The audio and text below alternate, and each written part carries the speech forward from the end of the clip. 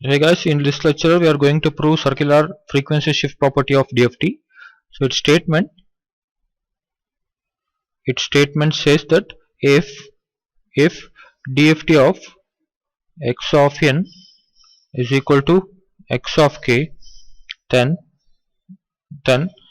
DFT of so it's a circular time frequency shift, right? So if there is a shift in frequency domain, say I shift the sequence x of k right by L. Okay, if there is a shift in frequency domain by a factor of L, in time domain x of n gets multiplied by e power j 2 pi by n into how many times you have shifted L times into n.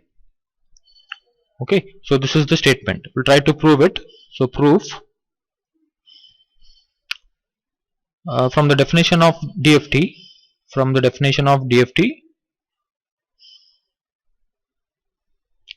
what is x of k? X of k is equal to summation n varying from 0 to n minus 1 x of n e power minus j 2 pi by n into kn.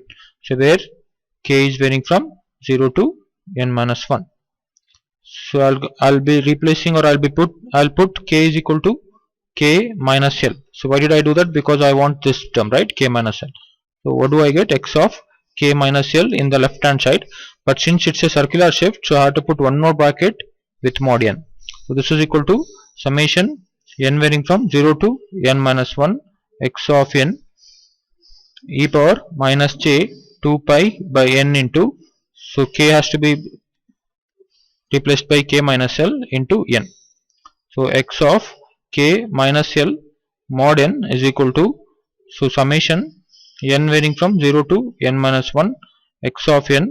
So I am going to split this exponential e power minus j 2 pi by n into k into n into e power minus into minus plus j 2 pi by n into L into n.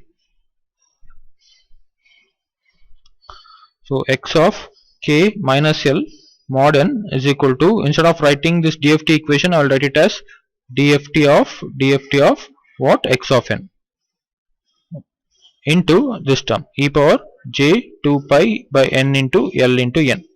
Because of the linearity property, I can take this exponential inside. So what do I get? X of n into e power j 2 pi by n into L into n. Left hand side is x of k minus L mod n. So this is what we wanted.